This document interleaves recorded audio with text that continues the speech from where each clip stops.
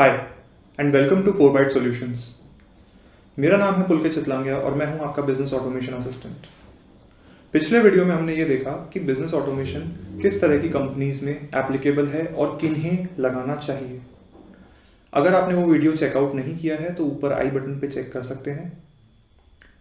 अब उस वीडियो को अगर आपने देख लिया है तो आप ये सोचेंगे कि यार इसने तो सारे ही बिजनेसेस को कवर कर लिया, तो हम ये कैसे जज करें कि हमें करना चाहिए या नहीं। तो चलिए देखते हैं कि किन लोगों को बिजनेस ऑटोमेशन नहीं करना चाहिए। सबसे पहले देखते हैं उन बिजनेस ओनर्स के लिए जो कि बहुत फास्ट रिजल्ट सर्च कर रहे हैं। देखिए, बिजनेस ऑटोमेशन कोई डायरेक्ट सॉफ्टवेयर नहीं है। बिजनेस ऑटोमेशन एक प्रोसेस है। बिजनेस ऑटोमेशन करने में टाइम लगता है। यदि आप टाइम इन्वेस्ट करने के लिए रेडी नहीं है तो आपको बिजनेस ऑटोमेशन नहीं करना है। आप डायरेक्टली कोई रेडीमेड सॉफ्टवेयर यूज कर सकते हो। रेडीमेड सॉफ्टवेयर्स के अपने फायदे और नुकसान हैं, वो हम इस वीडियो में कवर नहीं करेंगे। अगर आपके पास में टाइम है, आप पेशेंस रखते हैं और आप एक प्रॉपर कंसल्टेंसी के साथ में अपने बिजनेस के प्रोसेसेस को ऑप्टिमाइज करना चाहते हैं तो बिजनेस ऑटोमेशन आपके लिए है। अगर आप ये सब नहीं कर सकते तो आपको बिजनेस ऑटोमेशन में दिमाग नहीं लगाना है। आइए देखते हैं दूसरे टाइप में। यदि आपके एम्प्लॉयज़ टेक्नोलॉजी सेवी नहीं हैं और आपको ऐसा लगता है कि वो बिजनेस ऑटोमेशन के तरीकों पे अडेप्ट नहीं कर पाएंगे, तो अभी आपको बिजनेस ऑटोमेशन के लिए वेट करना है। डायरेक्ट बिजनेस ऑटोमेशन में इन्वेस्ट नहीं करना। पहले आपको अपनी टीम का डेवलपमेंट करवाना है। आपको अपनी टीम को अडेप्ट करवाना है टेक्नोलॉजी पे। आपको उन्हें ट्रेनिंग्स दिलवानी है जिससे वो अपने मोबाइल्स, अपने कंप्यूटर्स को यूज़ करने में हैबिचुअल हो जाएं और उन्हें सही तरीके से यूज़ कर सकें जब आप बिजनेस ऑटोमेशन करें। ऐसे में यदि आप डायरेक्ट बिजनेस ऑटोमेशन में इन्वेस्ट करते हैं और अपने टीम डेवलपमेंट पे ध्यान नहीं देते हैं तो आपका बिजनेस ऑटोमेशन किया हुआ फेल हो जाएगा, क्योंकि आपकी टीम से ही आपका बिजनेस ऑटोमेशन रन होगा। आप अगर ये सोच रहे हैं कि टीम की ज़रूरत नहीं पड़ेगी बिजनेस ऑटोमेशन के लिए, तो ऐसा नहीं है। टीम की पूरी ज़रूरत पड़ेगी, टीम का पूरा कॉपरेशन चाहिए होगा और आपको टीम को डेवलप करवाना होगा जिससे वो इस तरह के टूल्स को यूज़ कर सकें। तभी आपकी एफिशिएंसी बेटर होगी। यदि आप एक ऐसे बिजनेस ओनर हैं जिसे चेंज से डर लगता है, यदि आप एक ऐसे पर्सन हैं जिसे हैबिचुअल चीज़ें करना ही अच्छा लगता है, जिसे एक मोनोटोनस रूटीन फॉलो करना सही लगता है और वो कभी भी कोई सडन चेंजेस के लिए अडेप्ट नहीं कर सकते, तो आपको बिजनेस ऑटोमेशन नहीं करना। देखिए, क्योंकि बिजनेस ऑटोमेशन एक प्रोसेस है, तो जब आप बिजनेस ऑटोमेशन को इम्प्लीमेंटेशन फेज में लेके जाते हैं तब बहुत सारे चेंजेस आते हैं। बहुत चीज़ें आपको ऐसा लगता है कि गलत हो रही है। आपको ऐसा भी लग सकता है कभी कभी कि बिजनेस ऑटोमेशन करने से एक बार आपको प्रॉब्लम आ रही है, या आपको कभी ऐसा भी लग सकता है कि आपकी प्रॉब्लम की जड़ ही बिजनेस ऑटोमेशन है, इससे पहले तो सब कुछ ठीक चल रहा था। लेकिन केसेस ऐसे होते हैं जहां पर बिजनेस ऑटोमेशन की वजह से शुरू में प्रॉब्लम आती है क्योंकि टीम अडेप्ट नहीं कर पा रही, क्योंकि बिजनेस ओनर खुद अडेप्ट नहीं कर पा रहा उस नए तरीके में। लेकिन ये फेज़ बहुत जल्द निकल जाता है अगर टीम और बिजनेस ओनर खुद डेडिकेटेड हों। और जब ये फेज़ निकल जाता है तो उन लोगों से आप पूछिए कि बिजनेस ऑटोमेशन करके कैसा लगा, और वो आपको अपना एक्सपीरियंस बताएंगे कि बिजनेस ऑटोमेशन की वजह से उनका काम कितना ज़्यादा आसान हो गया। तो यदि आप चेंज से डरते हैं तो आपको बिजनेस ऑटोमेशन नहीं करना। आइए एक और केस देखते हैं। कभी कभी बिजनेस बहुत फ्रूटफुल नहीं रहता, बिजनेस डेट में जाता है या बिजनेस में आपको बड़े लॉसेस हो रहे होते हैं। इस टाइम पीरियड के अंदर हर बिजनेस ओनर ये सर्च करता है कि कैसे वो अपने बिजनेस की एफिशिएंसी बढ़ा सके, कैसे वो अपनी प्रोडक्टिविटी बूस्ट कर सके और कैसे वो अपने बिजनेस को प्रॉफिट्स में ला सके। लेकिन इस टाइम के लिए आपको बिजनेस ऑटोमेशन पे फोकस नहीं करना है। बिजनेस ऑटोमेशन आपको डायरेक्ट मॉनेटरी बेनिफिट्स नहीं देता। बिजनेस ऑटोमेशन आपको लॉन्ग टर्म मॉनेटरी बेनिफिट्स देता है। डेट में अगर आपका बिजनेस है या आपका बिजनेस लॉस में जा रहा है, आपको उस समय बिजनेस ऑटोमेशन कोई बेनिफिट नहीं करेगा। आप अगर ये सोच रहे हैं या किसी ने आपको ये समझा दिया है कि बिजनेस ऑटोमेशन कर लो और तुम्हारा बिजनेस लॉस से प्रॉफिट मेकिंग हो जाएगा, तो ये गलत है। उसके लिए आपको बेटर लीड्स चाहिए, बेटर मार्केटिंग चाहिए, लेकिन बिजनेस ऑटोमेशन बिल्कुल नहीं चाहिए। अगर आप वहाँ पे बिजनेस ऑटोमेशन में इन्वेस्ट करते हैं तो आप भी परेशान हो जाएंगे, आपका बिजनेस ऑटोमेशन पार्टनर भी परेशान हो जाएगा और आपको लॉसेस भी बढ़ जाएंगे, क्योंकि बिजनेस ऑटोमेशन वो टूल नहीं है जो आपको इमीडिएट प्रॉफिट दिलवा सके। बिजनेस ऑटोमेशन में कई सारे ऐसे टूल्स हैं जो आपकी प्रोडक्टिविटी इन्हांस करवाते हैं, आपकी टीम को डेवलप करवाते हैं, आपकी टीम की कंसिस्टेंसी इंप्रूव करते हैं, लेकिन बिजनेस ऑटोमेशन में ऐसा कोई टूल नहीं है जो आपको ज़्यादा सेल ला करके दे, जो आपको ज़्यादा लीड्स ला करके दे। कोई भी अगर आपको ये बोल रहा है कि बिजनेस ऑटोमेशन करने से ज़्यादा लीड्स आ रही है, तो वो सही नहीं है। बिजनेस ऑटोमेशन करने से आपका लीड मैनेजमेंट इम्प्रूव होता है, ज़्यादा लीड्स नहीं आती हैं। लीड्स आपको हमेशा मार्केटिंग से ही मिलती हैं। तो यदि आप भी बिजनेस में लॉस खा रहे हैं तो अपने बिजनेस के दूसरे ऑपरेशंस पे फोकस करिए, लेकिन बिजनेस ऑटोमेशन में आपको इन्वेस्ट नहीं करना है। आइए एक एग्जाम्पल देखते हैं।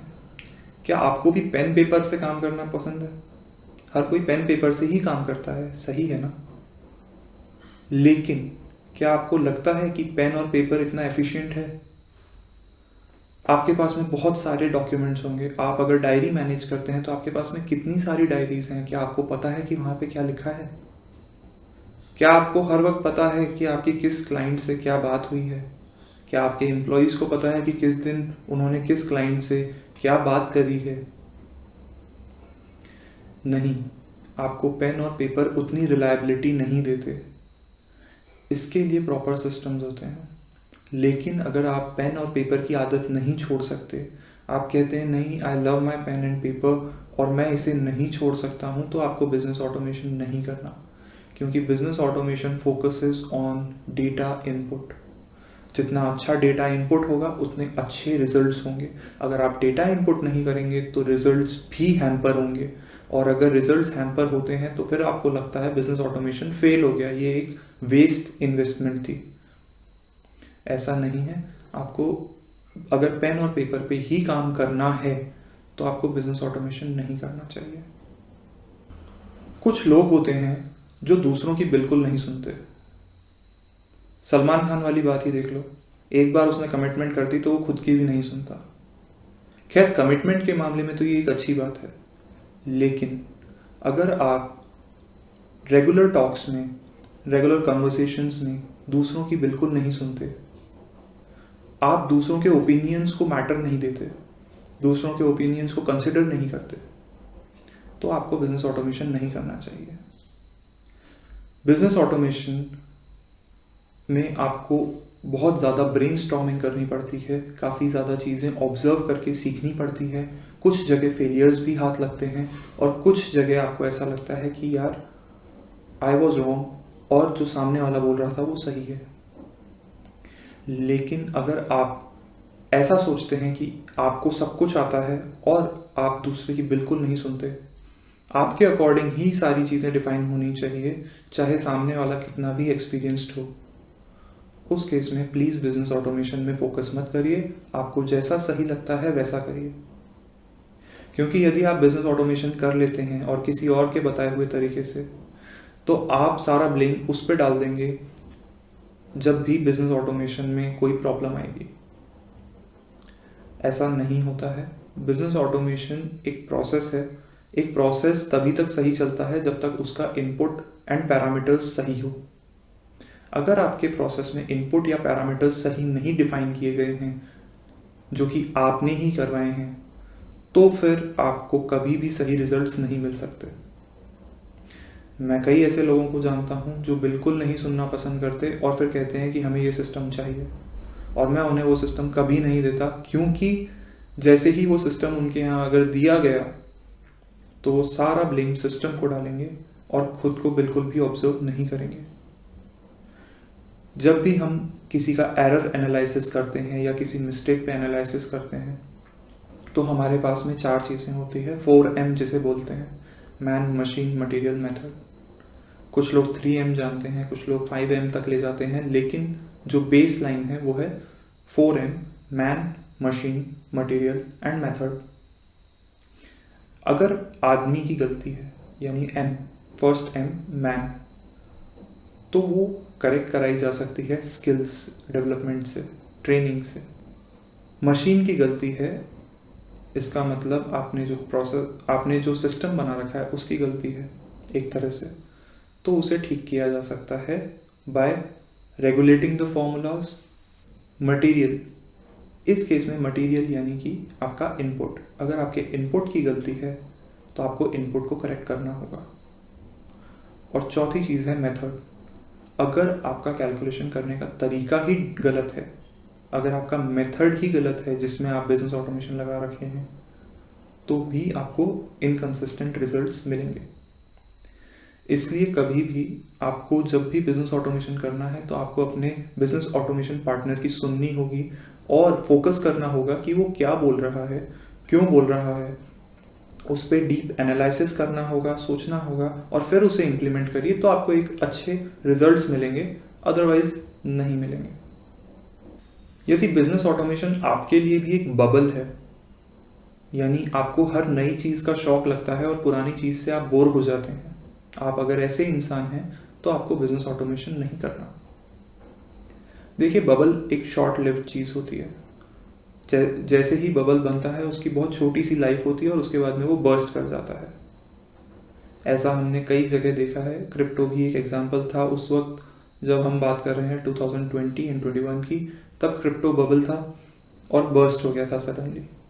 सिमिलरली, अगर आपके मन में भी नई चीज़ों को लेकर के एक बबल बन जाता है और थोड़े टाइम बाद आप शांत हो जाते हैं, तो प्लीज़ बिजनेस ऑटोमेशन में इन्वेस्ट मत करिए।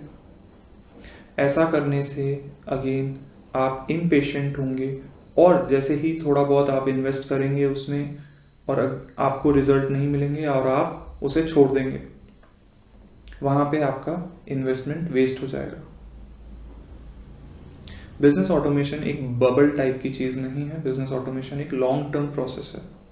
इसे टाइम लगता है एक बड़ी कंपनी में सेटअप होने में। छोटी कंपनीज के लिए बिजनेस ऑटोमेशन करना इजी हो सकता है क्योंकि उनके प्रोसेसेस कम होते हैं, लेकिन अगेन अगर आप अपनी कंपनी का साइज कंसिडर करें और आप फिर जज करें कि आपकी कंपनी कितनी बड़ी है, उसमें कितने प्रोसेसेस हैं, कहाँ कहाँ बिजनेस ऑटोमेशन लगेगा, तो सोचिए कि अगर आप एक बबल वाली मेंटालिटी से करेंगे तो वो चीज़ नहीं हो सकती।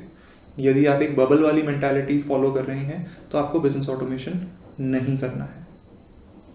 यदि आप एक ऐसे पर्सन हैं जो बहुत जल्दी दूसरों से इन्फ्लुएंस हो जाते हैं, यदि आपको कोई भी बहला फुसला करके कुछ काम करा सकता है, यदि आपकी पर्सनालिटी सिंपल माइंडेड है और आप किसी को भी इजीली फॉलो कर लेते हैं बिना ज़्यादा सोचे, तो आपको बिजनेस ऑटोमेशन नहीं करना है बिना किसी सलाह के। आप एक अच्छा कंसल्टेंट हायर करिए, उससे पूछिए, अपने प्रोसेसेस को ऑब्जर्व करवाइए और उसके बाद बिजनेस ऑटोमेशन करिए। किसी और के बताए हुए प्रोसेसेस को इम्प्लीमेंट करने की कोशिश मत करिए। किसी और से मेरा मतलब है कि आपका कोई फ्रेंड, आपका कोई नोन या रिलेटिव जिसने बिजनेस ऑटोमेशन कभी किया है या उसके बारे में सुना है और वो आपको सलाह दे रहा है कि यार तुम ऐसा कर लो, तुम्हारा काम हो जाएगा। एक प्रॉपर कंसल्टेंट से सलाह लीजिए कि बिजनेस ऑटोमेशन कैसे करना है आपको, तो वो आपको सही डायरेक्शन में ले जा सकता है। लेकिन यदि आप किसी और को ब्लाइंडली फॉलो कर रहे हैं, भेड़ चाल में चलने की कोशिश कर रहे हैं, तो ये गलत है, क्योंकि सभी कंपनीज का काम करने का तरीका डिफरेंट होता है। सभी कंपनीज का मॉडल अलग होता है और मोटिव अलग होता है, तो आपको बिजनेस ऑटोमेशन भी उस तरीके से ही करना है। मैं बात करूं अगर आपके लिए, तो मेरे पास में बनाए हुए पेशेंट मैनेजमेंट सिस्टम 2 अलग अलग क्लिनिक्स के लिए अलग तरीके से काम करते हैं। अगर मैं बात करूं लॉजिस्टिक्स कंपनी की, तो उन 2 कंपनीज का business automation model completely different है। तो ऐसा नहीं है कि सेम टाइप के काम के लिए भी आप सेम तरीके से ब्लाइंडली फॉलो कर सकते हैं। आपके प्रोसेसेस फिर भी डिफरेंट हो सकते हैं। तो आपको ब्लाइंडली फॉलो नहीं करना है। अगर आप ब्लाइंडली फॉलो कर रहे हैं तो बिजनेस ऑटोमेशन में इन्वेस्ट ना करें। पहले कंसल्ट करें, सही सलाह लें और उसके बाद बिजनेस ऑटोमेशन करें। यदि आप एक ऐसे पर्सन हैं जो अपने एम्प्लॉयज़ पे ट्रस्ट नहीं करते, यदि आप अपने एम्प्लॉयज़ पे माइक्रो मैनेजमेंट चाहते हैं, आप चाहते हैं कि वो एक एक सेकंड क्या कर रहे हैं उसकी खबर आपको होनी चाहिए, आप चाहते हैं कि अगर आपने 8 घंटे के लिए उन्हें हायर किया है तो वो पूरा 8 घंटे एग्जैक्ट अपनी स्क्रीन पे लगे हों या उन्हें आपने जो ड्यूटी दी है वो कर रहे हों, तो बिजनेस ऑटोमेशन मत करिएगा। उस केस में बिजनेस ऑटोमेशन आपके लिए नहीं है। बिजनेस ऑटोमेशन का पर्पस देखिए माइक्रो मैनेजमेंट को बढ़ावा देना नहीं है। बिजनेस ऑटोमेशन का पर्पस है कंसिस्टेंसी, एक्यूरेसी और एफिशिएंसी को इम्प्रूव करना। बिजनेस ऑटोमेशन डेफिनेटली आपके बिजनेस को बेनिफिट कर सकता है, लेकिन बिजनेस ऑटोमेशन आपके एम्प्लॉयज़ को भी बेनिफिट करेगा। ऐसा नहीं है कि बिजनेस ऑटोमेशन से सिर्फ और सिर्फ आपको बेनिफिट होगा। बिजनेस ऑटोमेशन पूरे बिजनेस को ओवरऑल बेनिफिट करता है।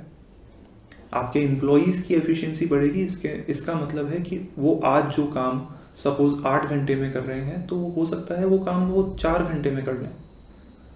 लेकिन हम ये भी नहीं कह रहे कि वो 4 घंटे जो बच रहे हैं उनको उसमें फ्रीडम दी जाए। आप उनसे बेटर प्रोडक्टिविटी निकलवा सकते हैं, दूसरे काम उन्हें डेलीगेट कर सकते हैं, दूसरी अपॉर्चुनिटीज़ प्रोवाइड कर सकते हैं। आप अपने वर्कफोर्स से, सेम वर्कफोर्स से ज़्यादा लीड्स हैंडल करवा सकते हैं या ज़्यादा काम निकलवा सकते हैं, लेकिन उसका एक सही तरीका है, माइक्रो मैनेजमेंट नहीं। बिजनेस ऑटोमेशन माइक्रो मैनेजमेंट को बढ़ावा नहीं देना है। बिजनेस ऑटोमेशन है आपका मैनेजमेंट इम्प्रूव करवाना। अगर आप माइक्रो मैनेजमेंट पे फोकस करेंगे तो आपका एम्प्लॉयज़ का एट्रिशन रेट बहुत ज़्यादा बढ़ जाएगा। एम्प्लॉयज़ सडनली चेंज होने लगेंगे। एम्प्लॉयज़ फिर जो नए आएंगे वो हो सकता है आपके इन्वायरमेंट में अडेप्ट ना कर पाएँ और अगेन वापस वो जल्दी छोड़ के चले जाएं। ऐसे में आप एक साइकिल में फंस जाओगे और धीरे धीरे आपके पास में एम्प्लॉयज़ आना ही छोड़ देंगे। अगर ऐसा हुआ तो आपका बिजनेस बहुत ज़्यादा सफ़र करेगा। तो आप माइक्रो मैनेजमेंट के लिए बिजनेस ऑटोमेशन को ना लगाएं। अगर आप माइक्रो मैनेजमेंट चाहते हैं तो आप दूसरे तरीके यूज़ करें, लेकिन बिजनेस ऑटोमेशन बिल्कुल नहीं। अगर आपने बिजनेस ऑटोमेशन के थ्रू माइक्रो मैनेजमेंट किया तो आप बिजनेस ऑटोमेशन को ब्लेम करेंगे अपने फेलियर के लिए, जो कि आपकी मेंटालिटी की वजह से था। अपने एम्प्लॉयज़ पे ट्रस्ट करिए। अगर आपको लगता है कि कोई एम्प्लॉय कंसिस्टेंटली पुअर परफॉर्मेंस दे रहा है तो आप उसे वार्निंग दीजिए, आप उसे समझाइए, और अगर नहीं मानते हैं तो आप उन्हें फायर कर सकते हैं। लेकिन बिजनेस ऑटोमेशन ये नहीं कहता कि आप हर एक मिनट की, हर एक सेकंड की खबर रखिए कि आपका एम्प्लॉय क्या कर रहा है। आपको फोकस करना है बड़ी पिक्चर पे कि आपका बिजनेस कैसे ग्रो करे, ना कि इतनी छोटी पिक्चर पे कि आपका एम्प्लॉय एक सेकंड कैसे बिता रहा है। लास्टली इसमें एक पॉइंट मैं जोड़ना चाहूँगा। यदि आप अपनी सर्विसेज का पैसा टाइम से चाहते हैं, लेकिन आप बिजनेस ऑटोमेशन में इन्वेस्ट बहुत धीरे करना चाहते हैं, आप कहते हैं पहले मैं सिर्फ इतना सा पार्ट लूँगा, फिर आप उस कुछ महीने ब्रेक ले लेते हैं और उसके बाद फिर कहते हैं अब मैं इतना सा पार्ट लूँगा, वो सही तरीका नहीं है और उसमें कंसिस्टेंट रिजल्ट्स नहीं मिल पाएंगे। उसमें इम्प्लीमेंटेशन भी सफ़र करता है, टीम भी सफ़र करती है क्योंकि टीम ट्रेनिंग अधूरी रह जाती है, और आपके बिजनेस ऑटोमेशन पार्टनर भी आपके ऊपर फोकस छोड़ सकते हैं। अगर आपको बिजनेस ऑटोमेशन करना है तो एक बार पूरा प्लान बनवाइए बिजनेस ऑटोमेशन पार्टनर से और उनसे देखिए कि कैसे और कितने टाइमलाइन में ये प्लान कंप्लीट हो जाएगा, कितना इसमें टोटल इन्वेस्टमेंट लगेगा और किस तरीके से इसका इम्प्लीमेंटेशन होगा। यदि आप बीच बीच में बड़े ब्रेक्स ले लेंगे तो आपका बिजनेस ऑटोमेशन जो है वो वापस ज़ीरो पे आ सकता है। आपने जो सपोज करिए आपने 1 महीना बिजनेस ऑटोमेशन फॉलो किया, फिर 3 महीने का गैप ले लिया, तो 1 महीने की मेहनत भी ज़ीरो हो सकती है। ऐसे में आपको बिजनेस ऑटोमेशन नहीं करना। अगर आप बहुत ज़्यादा बिजी हैं, आप बिल्कुल टाइम नहीं निकाल सकते, आप कहते हैं यार मेरे पास में बिल्कुल टाइम नहीं है, तुम जैसे चाहो कर लो, तो आपको बिजनेस ऑटोमेशन नहीं करना। आप अपने पीक सीजन में कभी भी बिजनेस ऑटोमेशन को मत फॉलो करिए। आपको जब भी ऐसा लगता है कि अभी आपके पास में टाइम है और पीक सीज़न आने वाला है, नेक्स्ट पीक सीज़न की आपको तैयारी करनी है अच्छे से, तब एक सही टाइम होता है बिजनेस ऑटोमेशन को फॉलो करने का।